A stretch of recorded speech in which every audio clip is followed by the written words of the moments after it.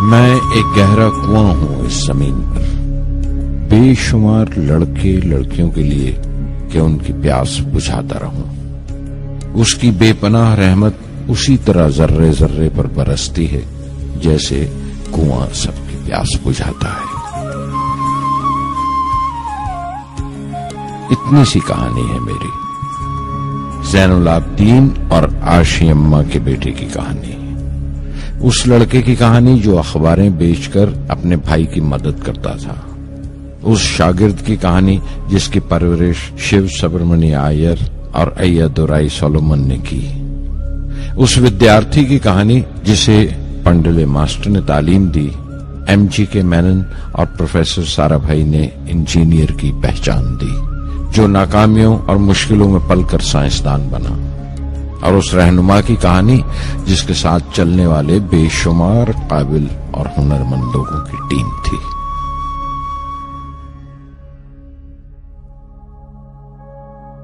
میری کہانی میرے ساتھ ختم ہو جائے گی، کیونکہ دنیاوی معنوں میں میرے پاس کوئی پونجی نہیں ہے، میں نے کچھ حاصل نہیں کیا، جمع نہیں کیا، میرے پاس کچھ نہیں اور کوئی نہیں، نہ بیٹا نہ بیٹی نہ پریوار۔